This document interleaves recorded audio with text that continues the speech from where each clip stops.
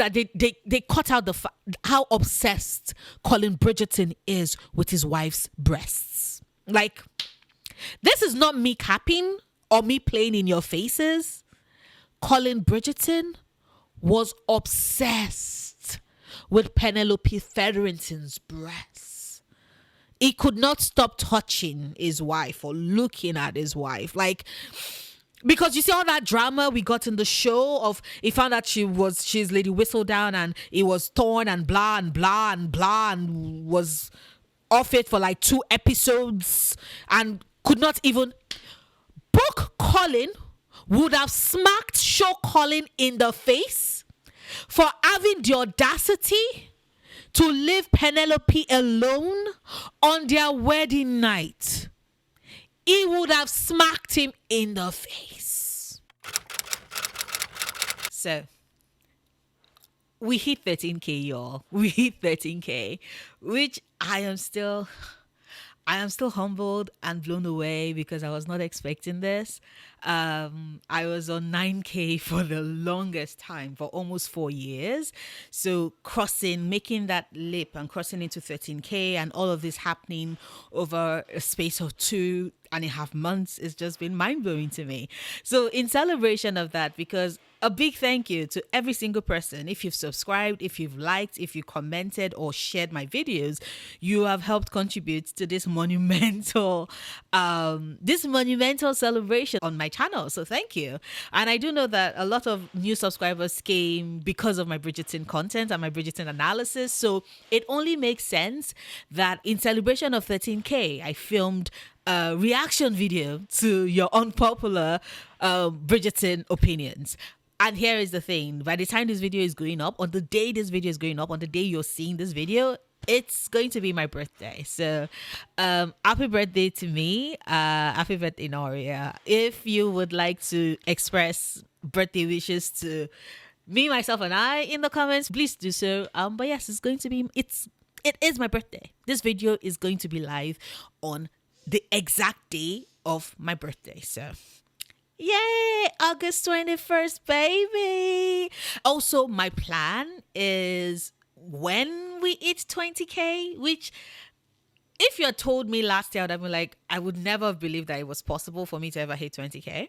But when we hit 20K, I will do Ask Me Anything Q&A thing to celebrate 20K. So that's something to look forward to. So keep sharing my videos, keep liking, keep commenting, keep interacting with it so that the YouTube algorithm is like, people seem to enjoy what this Noria person has to say. Let me share it to more people, and that way this community grows and I get more subscribers and more viewers on my content to my channel, and I can hit 20K subscribers and do Ask Me Anything Q&A thing. And you can, so any questions you wanted to ask, you can just write them down and do the countdown with me to when we hit 20K, and you can ask them. But anyway, so last week, by the time you're seeing this, 2 weeks prior, I had put out a community post asking people to respond to that particular post in the comments with their unpopular Bridgerton opinion, that I wanted to use it for an upcoming Bridgerton video. And I also put out a tweet as well. The community post got more interaction. A lot of people did not interact like that on Twitter. And then it just occurred to me, because I'm like, I don't promote my Twitter on here, do I? I'm on Twitter as Noria the Reader. And I'm on Instagram as Chronicles of Noria. It's funny because I'm everywhere else as Chronicles of Noria except for Twitter, which I had way longer, and it's Noria the Reader, because my channel used to be called Noria Reads, and then I realized that I do a lot more than read, and I want to talk a lot about other things outside of books, which I still enjoy.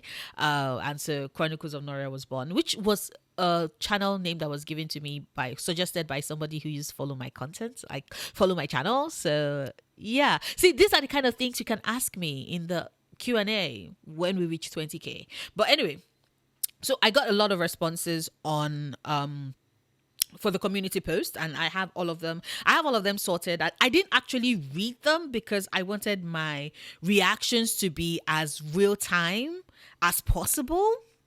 So I haven't really read them. All I did was just take a screenshot, and then I would like the comment and just move on, because that the whole basis of a reaction is for you to be as honest as possible. Anyway, first, the response I got, my only Twitter response was, I don't like Penelope as a character in the show.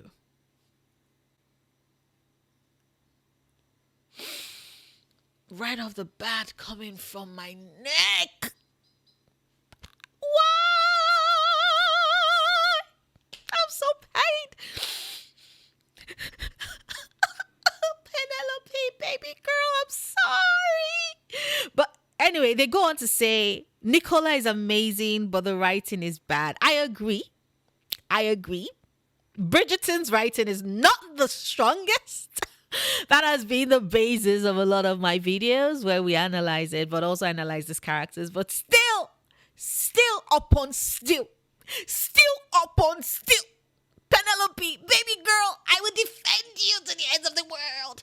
If Penelope Featherington doesn't have any other fans, just know that I'm dead. And even with that, just know that she doesn't have any she doesn't have any. It's corporeal. Yeah, she doesn't have any physical, material fans, but I'm going to be floating in the ethers, being like, you girl, you go girl, Penelope.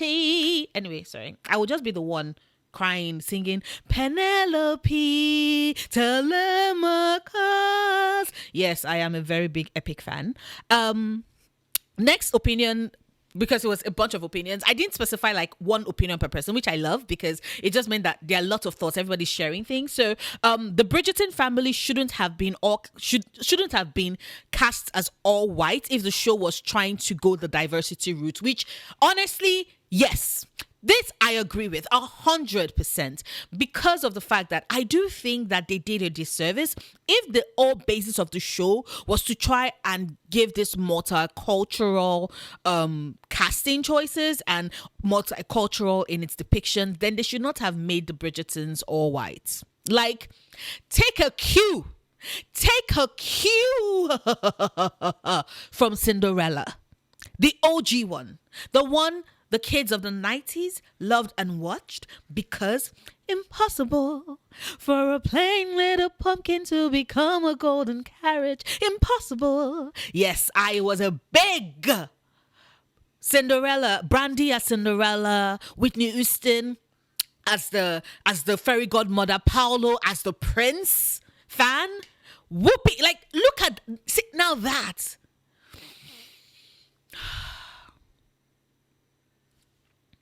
They could have, if they wanted to be multicultural, Ammersteins, oh god damn, my Nigerian accents be kicking me in the ass. Ammerstein's Cinderella was a good way and a good place for them to make the connection and be like, this is a great way to set up a multicultural world. We don't even need to give any excuses and stuff. We're just going to be absolutely fantasy because, yeah, the show made choices. I agree. I 100% agree. The Bridgerton should not have been cast as white if they wanted to go diversity. And the show isn't going to make it past 5 seasons if they don't fix the writing. You know what? I agree. I honestly think that this show, as much as it pains me, might not exceed 5 seasons if they don't fix the writing. Do you know why? Because the 5th season is Eloise's season. The 5th season is Eloise's season, which means that if they don't fix things in a way that is believable, if they do not explore a character arc and trajectory and growth and progression in a way that is believable, because they're already hanging on a thin thread with Benedict, but at least we still have, like, Benedict still has his fans. I'm a Benedict fan. Benedict still has his fans and there's stuff to explore. But see, Eloise's book, To Sir Philip with Love, is, to be quite honest, one of the least liked Bridgerton books.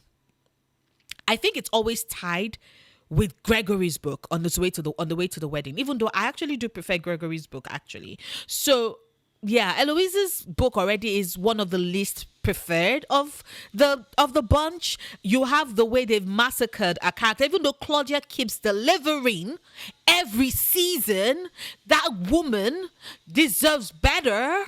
She deserves good writing. So honestly, I do agree that if they have not fixed the writing by season 4, which is Benedict's season, and improved on it by season 5, we might not get a season 6. We might not get a season 7, and we definitely will not be getting a season 8. So I agree with that. I do agree with that. I'm still pained about the old Penelope. Did not like Penelope part. Okay, so next we're supposed to believe that Colin loves Pen, but he truly doesn't know her except that she worships him. As oblivious as Eloise is to everyone but herself, even she figured out that Pen was Whistledown without even having the benefit of dozens of her writing samples like Colin does. Right now, I'm using Ed Cannon, You Like It, I Love It to make their story work. But if Colin had pieced together the Pen Whistledown connection on his own by knowing her, we could have watched him work through his misgivings in a way that would have resulted in a satisfying ending, which... You the real MVP. Because yes, I agree. I honestly, wholeheartedly. You know, that part, you could tell that the writers somewhere at the back of their head were like, you know, we probably should have had Colin be like, yo, Penelope, your wit sounds like, you know, on par with Lady Whistledown's type of wit. You know, you could tell that they had that thought, because that's why they plugged in that annoying ass line after the Queen forgave her. And it was all like, I went back and I read your letters and finally I saw it was you. It was always you. And I'm like, boy, shut the fuck up. Shut up. You should have known.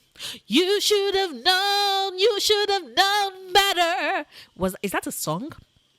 Is that a song? Huh. There's a song that got stuck in my head. And now my brain is like, you got it back. Oh yeah, because I was like, it's the Usher song. But that's not You Should Have Known Better. So why was I having the tune to... My brain works with... Sorry. Can you all tell I have ADHD? Yeah. When I have like my structured video, when I'm analyzing and stuff, it's easy for me to be like, stay on point, Noria, stay on point. And even with that, I do a lot of digressions and go off tangents, as you all can tell, but it's still controlled because I'm trying to get to somewhere. Reaction videos and Q&As are usually where I'm like, okay, you all can see the chaos that is my personality and that is me. So anyway, sorry. What am I doing?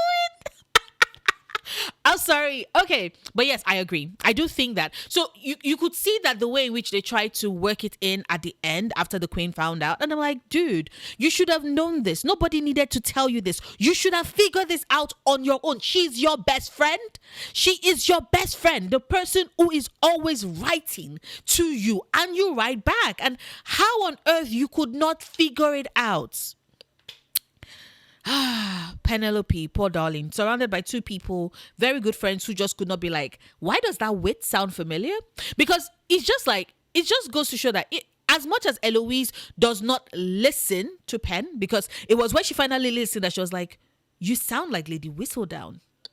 She finally listened. What does that say about Colin? That it wasn't until it was revealed to him that he then went back to our letters and was able to piece it together. So clearly, Colin is not writing any mystery novels.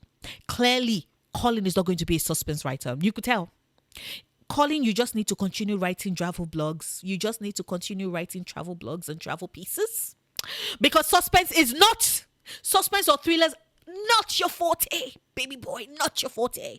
But yes, like having him work through those misforgivings would have been a different story. And then you then find out how he's then trying to merge this. Penelope is always known. Penelope, whose words have always given him comfort, and then our words are also giving comfort and entertainment to other people, and then just trying to balance out how things are. To be fair, even the way in which the show explores Penelope's writing is weird. Is a weird choice, because in the book she wasn't.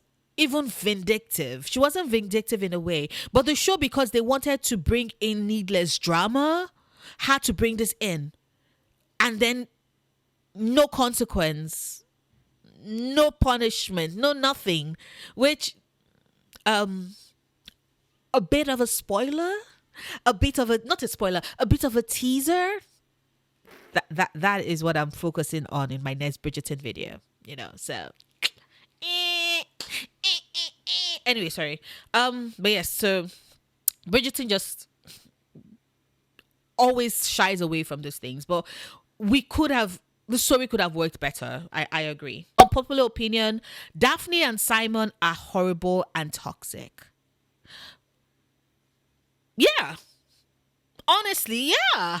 Right? Is there, like, my question is that, is it unpopular? Like, I thought we all knew and agreed to this, that Daphne and Simon in different ways are toxic to each other. They're toxic people, but I just take it as their toxicity. Oh my God. English keeps whooping my ass. A Nigerian accent though. Shout out to the person that made a comment. I was like, oh my God, you sound Asian. Like, as per, that was like, oh, you sound like you're from 80. And I was like, I'm Nigerian. And it was like, I couldn't tell the difference. I'm like, I know, bruh. The racism keeps beating your ass. Of course, you cannot tell the difference. Nor are you willing to admit that you're a dumbass, but alas. What was I saying? Yes, sorry. They are toxic. The toxicity, they match each other's level of toxicity, which is why, for me, they work in a relationship with each other. But yes, like, they are both toxic. If they existed in real life, not a green flag to be found. Nada. Clearly, red is their favorite color. Daphne sexually assaulted Simon and then blamed him, never owning up to her own disgusting behavior. She's right to say he lied, but it doesn't excuse anything. Yes, like it. Once again, like I said, teaser for my next video. Back to what they said. Their happy ending was rushed and undeserved. I agree. It's tied to the Bridgerton thing. It is tied to a Bridgerton thing whereby, like, it makes no sense. They are so desperate to get to the happy ending that they never put in the work to make the happy ending earned. And this is consistent with all their couples, except Queen Charlotte. That was 6 episodes of great, amazing perfection right there in a show. Except for the part where Charlotte was a horrible mother. But like, Queen Charlotte was that bee. But yes, the people who say season 1 was the best season baffle me. They baffle me too. Because season 1, although I enjoyed season 1, it wasn't the best season. I personally don't think it's absolute trash the way some people think it is. But it was not the best season. Queen Charlotte is right there. Queen Charlotte is right there.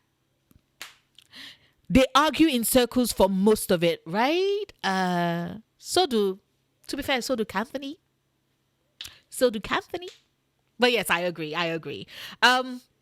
Next, unpopular opinion bit says, this might just be me. I'm certain it's not just you, but let's continue. But unfortunately, the show, I've not read the books, still lacks when it comes to redeeming certain characters. Once again, you all are like making like my teaser for my next video. You all are like, we know what Noria wants to say next, and so we're preempting her. I love y'all. The redemption arcs usually consist of just one scene, one action, or even just one conversation. And the show makers expect us to magically see that particular character in a totally different light or empathize with them. It is because, like I said, Bridgerton has a problem with putting in the work. They are very against, like, it's so weird and so interesting and fascinating personally to me, because how do you put in zero effort, and because You then have fans of the show, myself inclusive, because I do not exclude myself from this. I know I'm guilty of this. Like, my Bridgerton videos confirm I give a lot more nuance to those characters based off of something that was said or a particular scene or what was implied, because I see what the showrunners are going for. I just know that they did not take it all the way through. They are coasting off of the fact that the Bridgerton fandom is a very intelligent one, and we like to have these conversations and talk about the show, and so we are doing a lot of their work for them. Like I said, they don't put in that work, and it shows. Just look at Portia, who is one of my favorite characters. Mine too. She had a weird redemption arc this past season. I agree, actually. I know I mentioned that Portia Featherington is a girl's girl, and I still stand by that. I made a video all about that, highlighting that. That was actually one of my most popular Bridgerton videos. I wouldn't say it's the one that got... Yeah, it was one of my most popular Bridgerton videos, and one of the first set of Bridgerton videos I made that got a lot of people, like, taking note of my channel and stuff.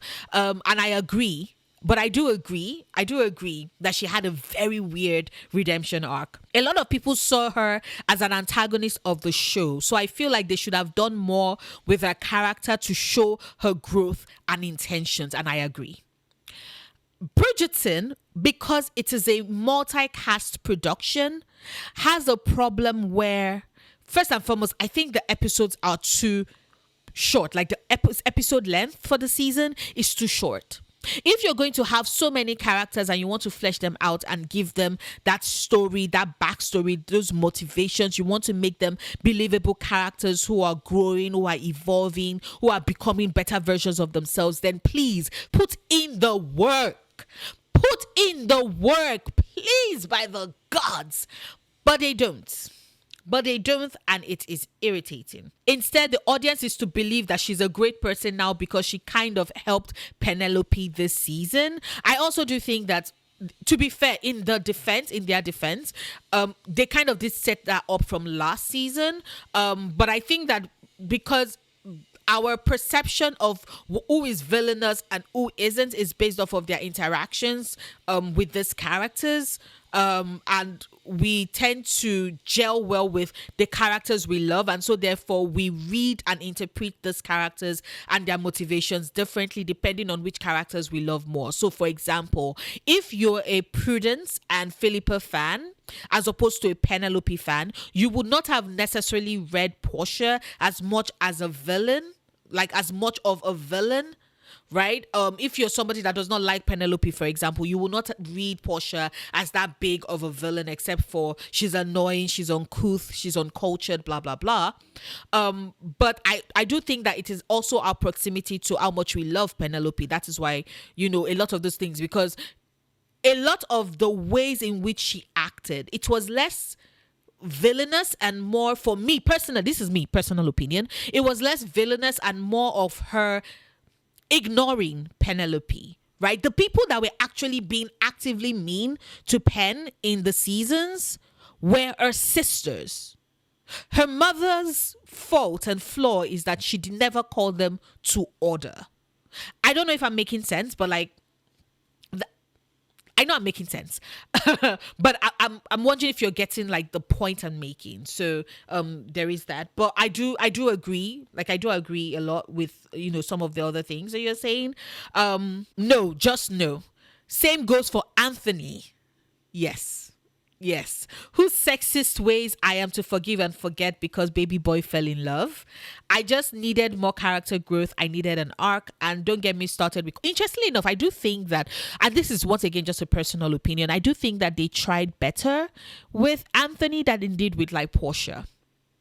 Right? And I think they did better with Anthony than they did with Penelope, for example, in trying to redeem him. But I also do... I don't want to give it away because, like I said, it's tied to the video I want to make. But yes, this is tied to what I want to say about Bridgerton in my next video.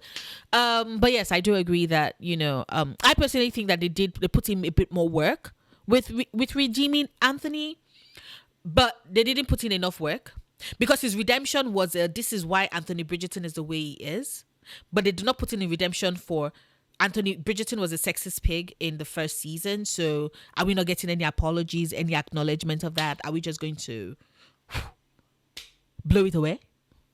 What's up, Bridgerton? What's up? What's up? What's up? Okay, sorry. Did you all see that Bridgerton, that Budweiser ad? I work in advertising for now. Like I said, that job is going bye-bye at the end of the year. I think I kind of alluded to that, but like this is just me confirming it. Anyway, what's up? That Budweiser ad is something that a lot of people, like advertising people, talk about, and I'm like, why are you all wanking? This is just a basic their advertisement. Like, what? Anyway. Different strokes for different folks, I guess. And don't get me started with Colin. Are we just supposed to forget everything that happened in season 3? That is what I have been saying.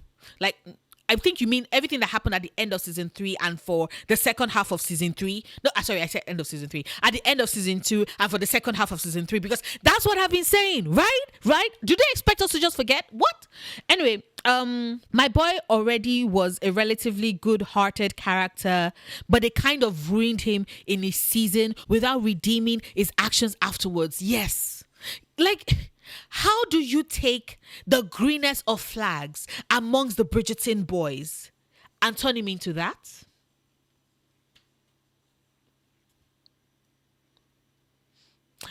I advocate for violence. I advocate for violence. I advocate for violence in certain situations. I advocate for violence. I advocate for violence. I advocate for violence in certain situations. Can you all tell I'm pissed? Anyway. I'm fine with seeing characters make mistakes or be mean as long as they get redeemed successfully. Same. But Bridgerton just kind of lacks in that department, and these 3 characters that I have named are by far not the only ones who deserve a better crafted redemption arc. I agree. How do you give a better redemption arc to Cressida Cowper over Colin? In Colin's season, make it make sense. Again, this is just my opinion, and maybe I'm just a bitter bitch who doesn't forgive easily. I am also a bitter bitch. I refuse to be the bigger, I refuse to be the bigger bitch. Nope. Or that they're like, be the bigger person. Nope. I am a bitter bitch. I am a grudge holding bitter bitch. So you're not in that alone. We're in this together. We're all in this together. Okay, fine. Ooh, it's been a while since I watched High School Musical. Okay, sorry. I'm doing that millennial thing where I find a way to plug in my different fandoms. Like my different fandoms. Why am I like this? Okay. I also understand that a whole redemption arc is hard to pull off when you only have 8 episodes. Yes, I agree. It is very hard to pull off a redemption arc when you are not given enough time. When you don't give your show enough time to give us something that works, something that is believable, something that people can buy into and hold on to. Yes, I agree. I 100% agree. Now let's move on to the next opinion. It's funny because I assumed that this video was going to be like 15 minutes, 20 minutes. I forget that when I have no structure and I'm making reaction videos like this or, ranking videos or Q&A videos, which we want some on the channel. But when I'm making videos like this, I never know how to self-censor in a way that I stick to a time. I just can't do it. Anyway, next unpopular opinion, I definitely agree that the redemption arcs are rushed, making the ending feel undeserved. Yes, so this is a response to the previous comment, and I am happy that everybody, like a lot of us, are aligned with this, that the redemption arcs are rushed. Okay, next unpopular opinion, it's really not that big of a deal that RJP being Reggie John Page, was only in 1 season. It did what it came to do. Yeah, it's hot and I miss him too, but we need to let that man go. And you know what, Dylan, you're right. But you also know what, Dylan, I'm always going to be like, Bridget, we could have had it all, rolling in the deep. We could have had it all. And we did not. We did not. Because Bridgerton did not think forward, but also at the same time, like, I agree that, yes, Ray J gave me scrumptious, but he also had to leave. And I'm happy for him. He's doing great. He's great in movies. The Dungeons and Dragons movies was funny and so much heart and just great. And we need more, but like I said, yes, he's doing his own thing. He's, he's going out there. He doesn't need to be tied to one production for the rest of his life. He did what he had to do in one season and kept it moving. So I agree. I do agree that it is time we need to let him go. Let him go, let him go. It's time we let him go, let him go, let him go. He cannot be the Duke no more. I'm sorry. Season 1 is there anytime we want to see him. Yes, I agree. He's actually the reason why I rewatch season 1 a lot. That opening sequence of him on that horse, I'm like, what a man. What a man, what a man. What a mighty little man. What a man. Okay, sorry. That being said, the show needs to work on how they transition away from characters. I agree wholeheartedly. As it stands, it feels kind of like we're watching a house full of people waiting around to get married, doing nothing till it's their turn, then they just disappear one by one. Agatha Christie, is that you?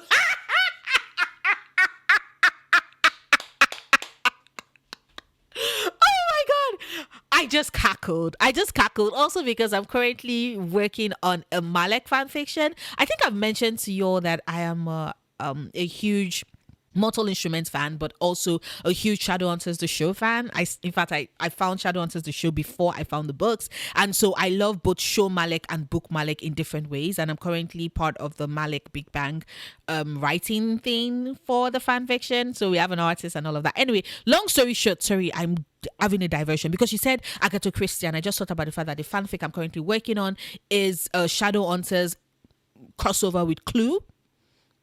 Fanfic, because the art was like the artist whose art inspired my fanfic did one, basically a Clue inspired art piece. So I'm doing that, and I'm working off of the Clue movie, so the game and the Clue movie, the 1985 movie, and like Agatha Christie. Yes, sorry. Just mysteries, murder mysteries, trying to figure things out, and that is where my brain went to Clue. And then I thought, oh yes, I'm writing a Clue based. So my brain went Agatha Christie, murder mystery, Clue, yeah, the Clue fan fiction, yes, Shadowhunters fan fiction with Clue. That's how my brain works. Sorry, everybody. But yes, I do agree. I do think that the show really does need to figure out how to transition its characters. And it is so weird because for a show that has so many characters, there are so many ways in which they can work it, whereby they could actually have these characters living full fulfilled lives, like what they did with Francesca, who was in Bath for a large part of the earlier seasons and then shows up full formed for her pre-season, for her to have her first love. At first, for her to have this love and her marriage and everything else, they brought her back for that, and they could have done that with a lot of the other Bridgertons, right? We didn't need to see so much of Colin because, understandably, Colin could be traveling, could be seeing the world, right? Anthony, as a Viscount, is going to be too damn busy for us to be seeing him every second like we were. Ideally, should have been busy being the Viscount, right? We could have had Benedict only showing up occasionally because he's chasing inspiration for his art and all of that. Then the ones that would have been at home would probably have been Eloise, but Eloise could have been trying to find the meaning of life and find out what is important to her. And of course, so like that way way they come around when it is time for their season, and then we move on, and in a way that it's very believable. The only person that we need around for an extended period of time is Violet, because of the role that she plays. And if they had sorted that thing out with Lord Marcus earlier, she could have had her own romance going on, and her friendship, which I'm appreciative that they are bringing other things into her life, so that she has a friendship with Lady Danbury, she has a romance with Lady Danbury's brother. I find it very interesting, a very interesting choice that they want to create this life for Violet, and it's all around Lady, she's still circling and orbiting Lady Danbury. But you know what, fine, I understand. If I was in the world of Bridgerton, I too would be orbiting Lady Danbury. So the girls that would have been around would probably have been Daphne, right? Daphne, because she's the first daughter, she's setting things, and then Hyacinth, because she's the youngest, so of course she's still at home.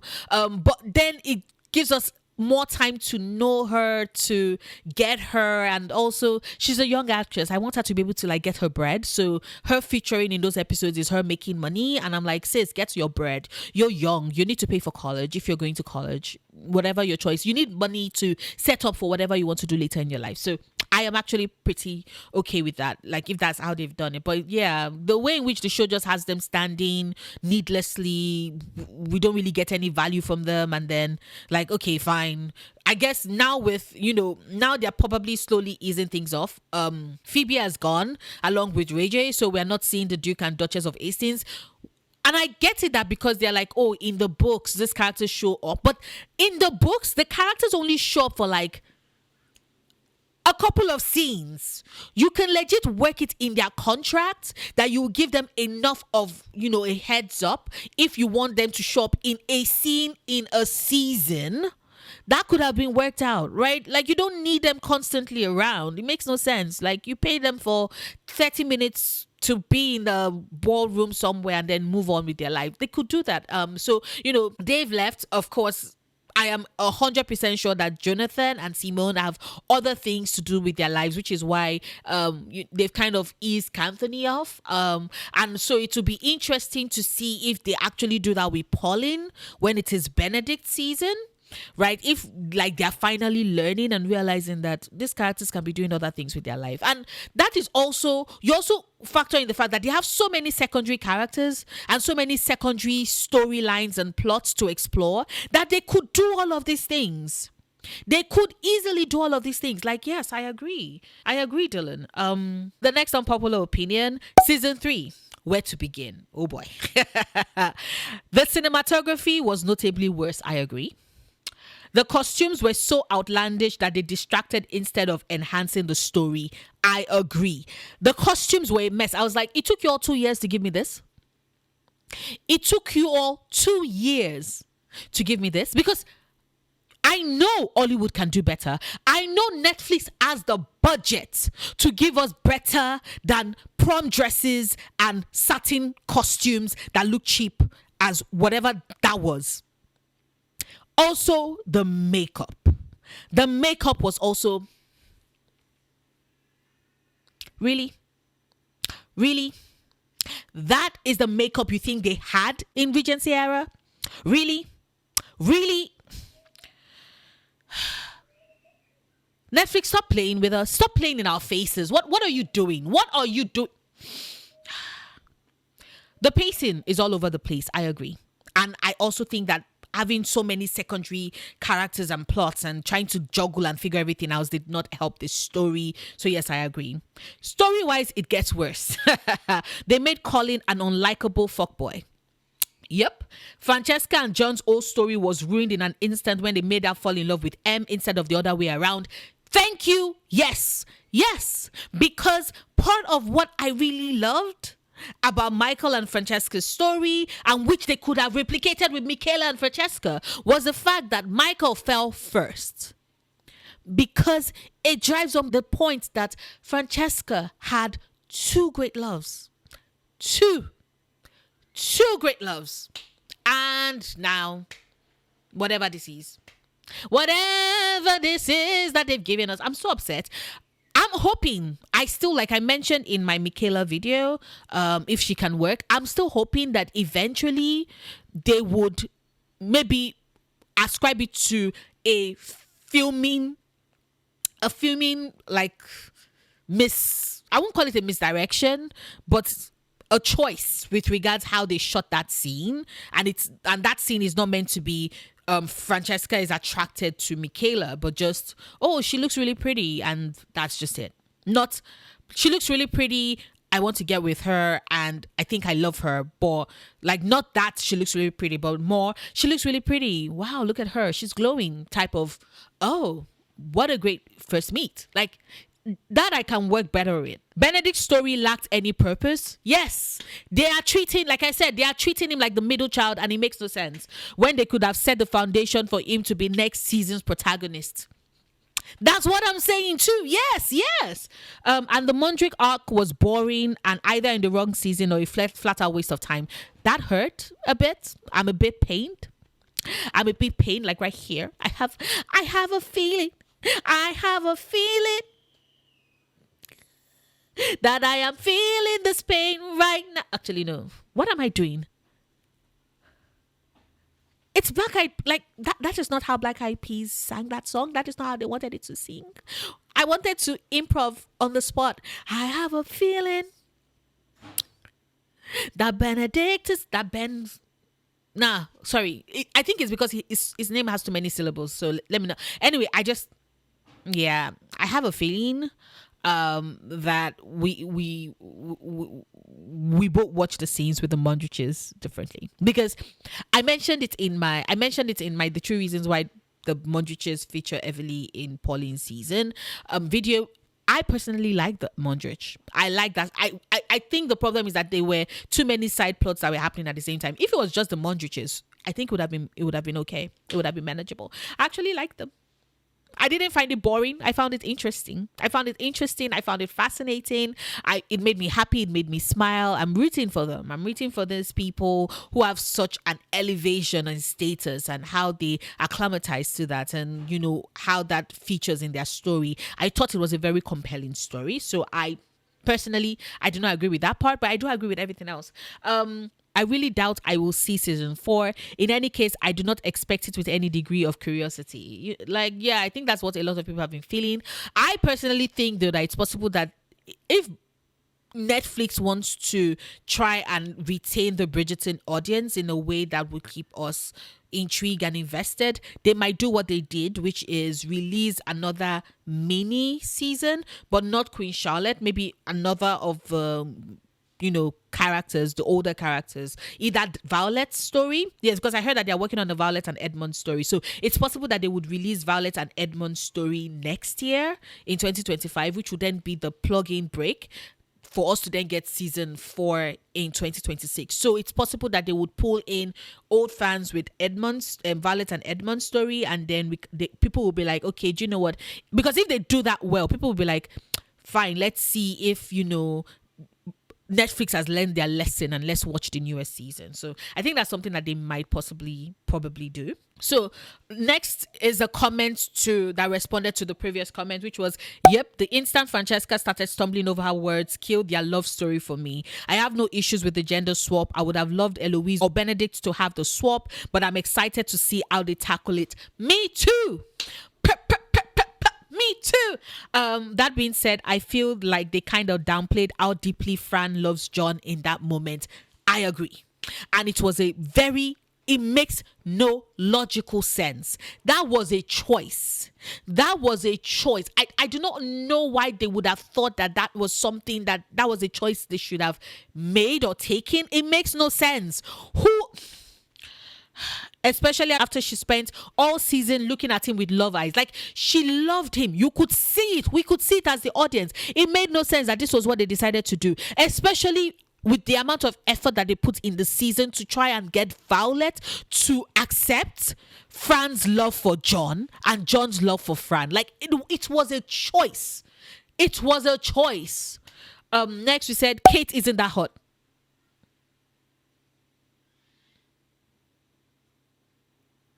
Excuse me? Okay, that's a lie.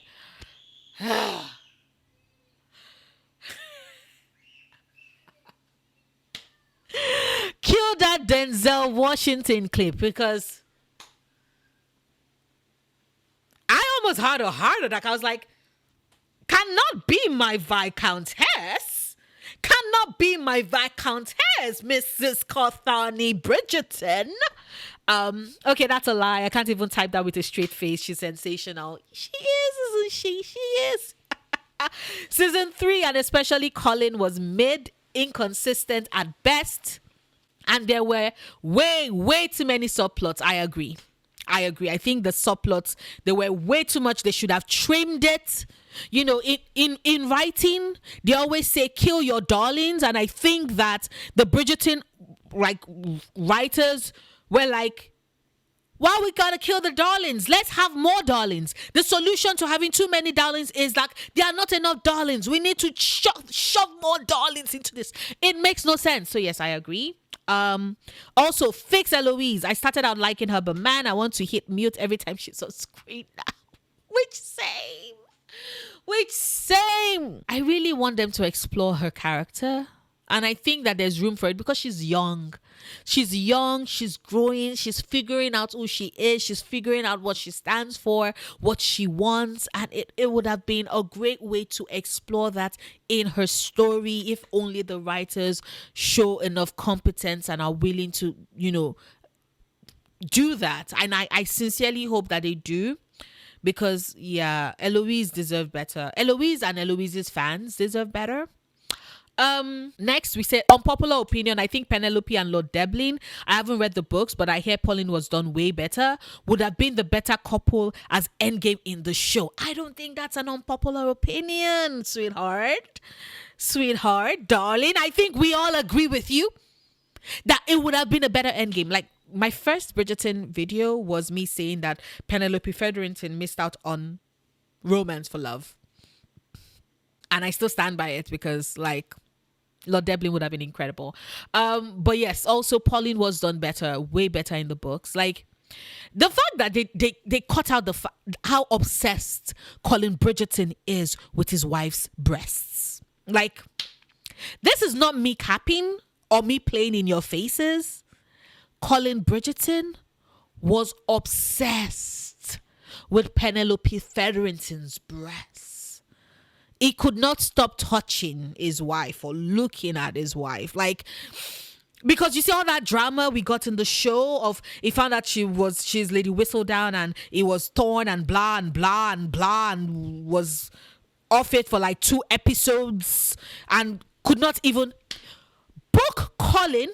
Would have smacked show Colin in the face for having the audacity to leave Penelope alone on their wedding night. He would have smacked him in the face. Book Colin was obsessed with his wife. And so, them having that, he found that she was Lady Whistledown. It was like, girl, why? And then he also had enough understanding of himself to be like, also good on you, but I'm jealous. Like, I'm jealous you pulled this off, babe. I'm jealous that you pulled this off, but I'm also proud of you. And that was it. Like, their drama was different because their drama, so many things, the decisions and choices in this, but yes. So yes, they were done way better in the books.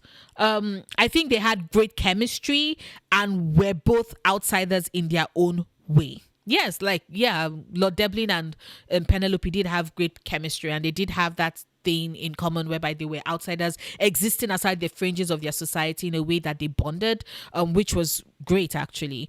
Their conversations actually seem to matter and explore their characters.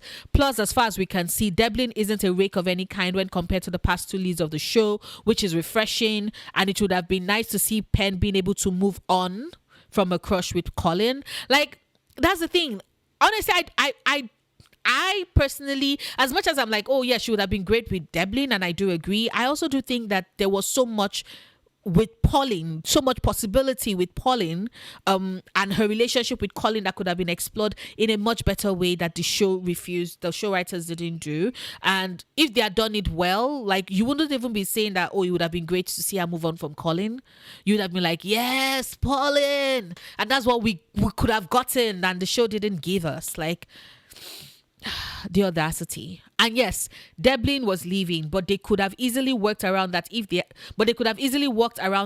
had wanted. Like, the wedding takes longer than planned, thus weather turns bad, so Devlin can't rush off on his trip right away. Penn gets pregnant fast, and as a man of honor, Devlin now doesn't want to risk death and leave behind a wife and child. Possible. I do also think that the problem as well is that Lord Devlin does not love her. I think he would eventually come around to loving her, because that seems like, if their story was standing on its own merit and Colin was not in the picture, that's probably how it would have been written, or how I personally would have written it, eventually having him come around to loving her. But Penelope does want love, and that is something I root for her to have everything she desires. And unfortunately, Devlin was not able to give her that at that point in time. So yeah, I do agree though. I do agree. Next we have Eloise and Cressida had a better friendship than Penelope and Eloise. Ooh. Whew. That was bold. That was bold. That was bold. But also I said I honestly think that the problem is that, like, I love Eloise and Penelope's friendship to a point, because they perfectly captured that whole being friends with somebody that's known you since you were a child. I say it on my channel, my best friend. I have two best friends. One of them has been my best friend since I was 18.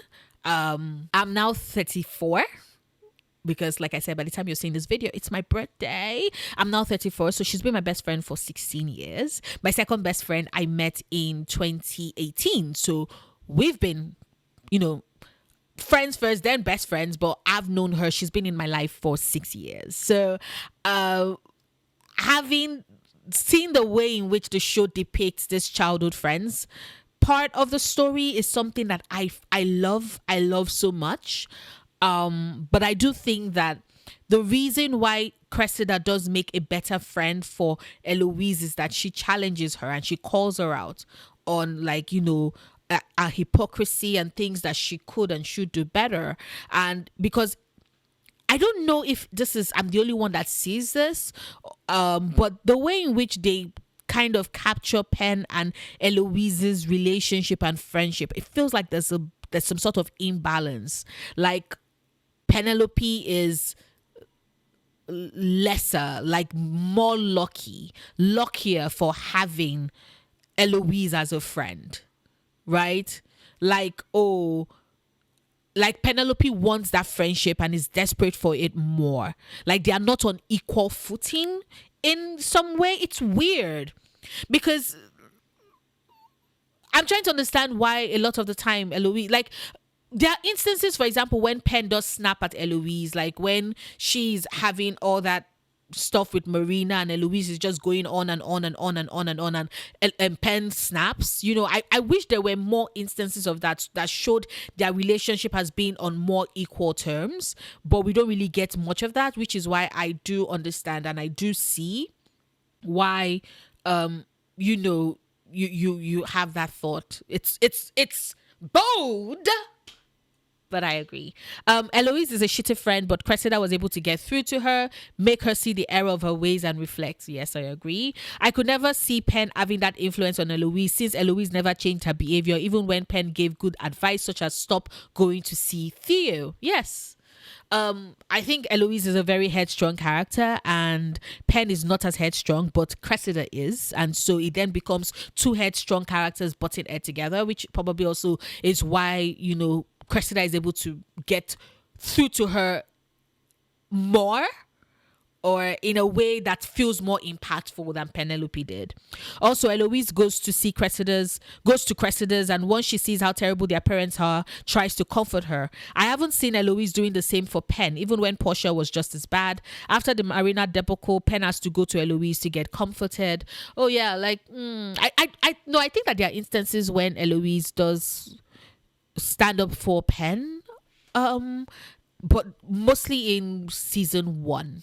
Right, mostly in season 1, like before the Marina debacle, for example, the part where, even when it is that Eloise ran into Pen, like out in public. It's in the little touches, the way she holds her hand to give her comfort. So I wouldn't honestly say that she doesn't offer her friend comfort. Eloise Bridgerton does do that, in my opinion, because like I said, I keep rewatching the show, but mostly for the videos.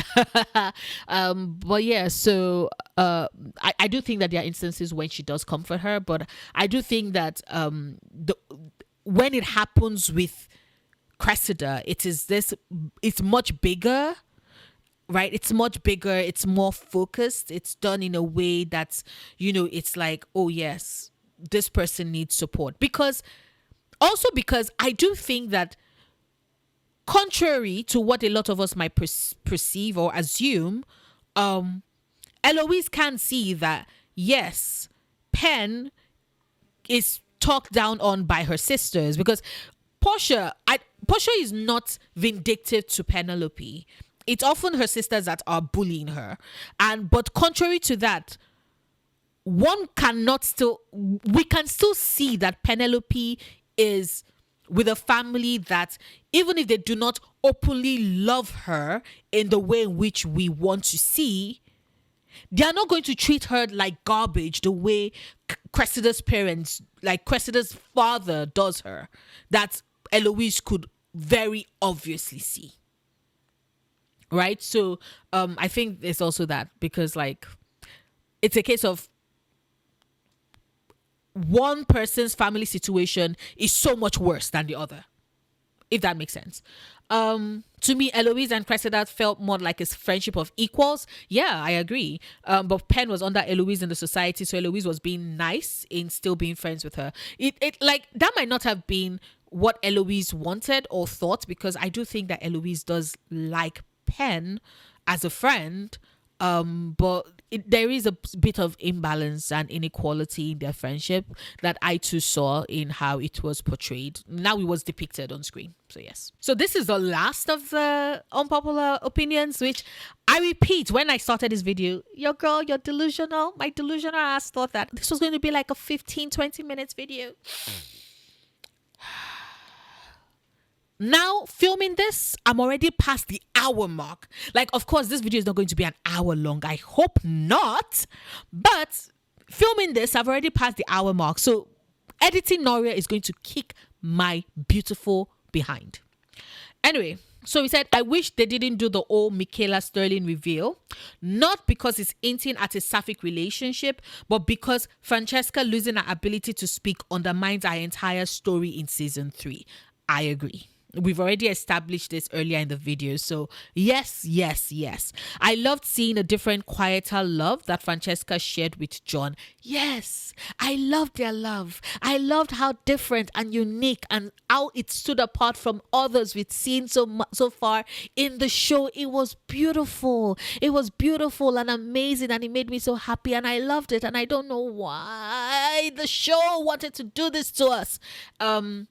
So I loved seeing a different, quieter love that Francesca shared with John, and the fact that she was finally able to convince her mother that love or affection could be shown in different ways, which doesn't make them any less valid or strong, only to have the writers laugh in her face and make her swallow her tongue just looking at Michaela really disappointed me. Yes, I also found it a disappointment. Like...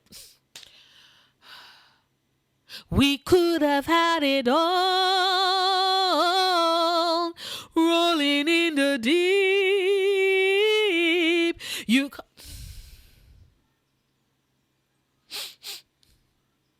Yes. I agree. Sorry, we continue. That's my mom and I, watched Bridgerton together, and I kid you not, when this scene came up, we were both so confused because it didn't make any sense for Francesca's character, which I agree. It didn't make sense to me because I was like, wait, what? This was a Bridgerton. This was a choice. The people whose tongue should have been us, the viewers, would have been like, that is stunning. That is a stunning woman. That should have been us, the viewers, saying that, having that reaction, not Francesca.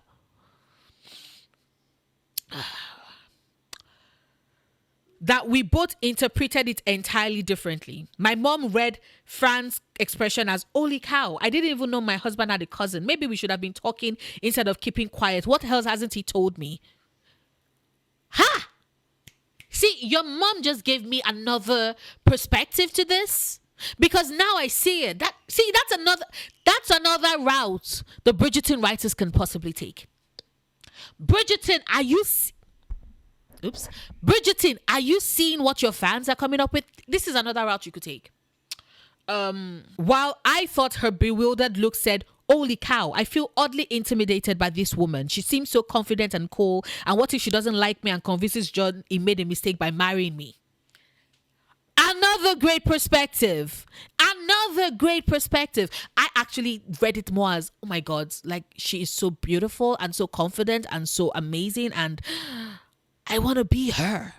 I want to be her so bad. You know, like, if you're queer, there's that expression, there's that thing we all experience when you meet somebody that is so cool and you're like, I want to be this person. And then somewhere in your brain is like, do you want to be them, or do you want to, with them? Like, do you want to be them or be with them? But then you realize that much later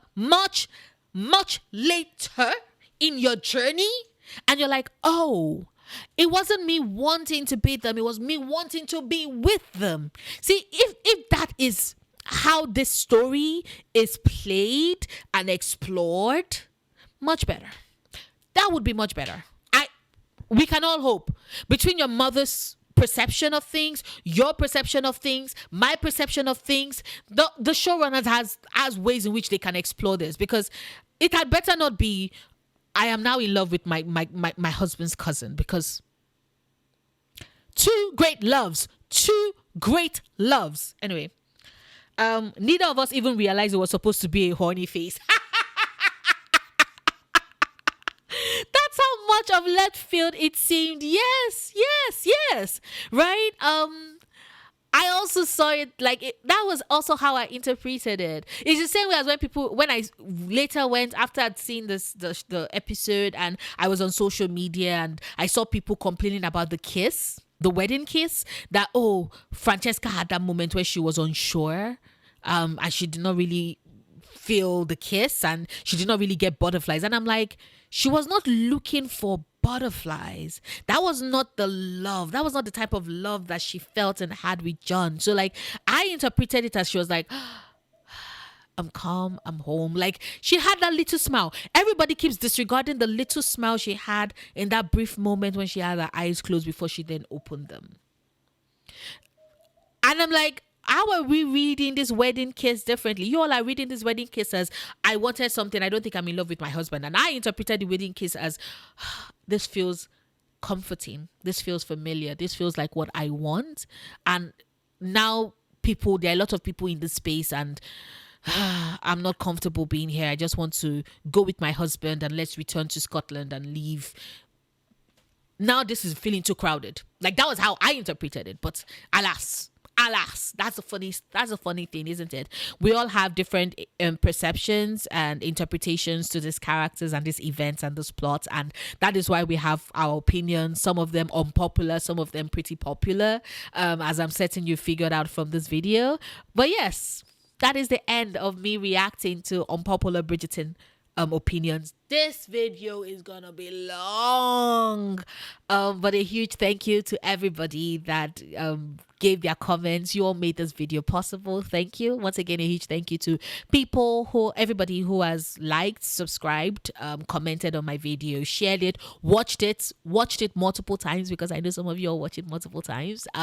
Gone to look at my previous old videos. Thank you so much for all the support. I really appreciate it. If you enjoyed this video, do not forget to give it a big thumbs up, like it. If you did not enjoy the video, you know what I say about the choice always being yours. You can always choose to dislike it. You have that choice, as unpopular an opinion as that might sound. But yes, if you feel like other people should see this video, share it. maybe we can all be collectively entertained together.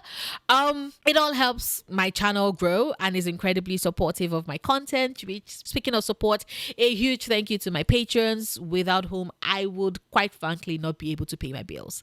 Your help goes a long way, so thank you. If you'd like to support me on Patreon, the link to do so is in the description box. I make new videos 3 times a week, Mondays, Wednesdays, and Fridays. All my videos drop at 5 p.m. EST, 5 p.m. EST. And whilst you wait for a new video from me, do check out my ranking every single Bridgerton character video. It's a comprehensive, I think it's the most comprehensive ranking video you would ever see. Until next time, do remember, obsessing over the things you love, perfectly valid coping mechanism.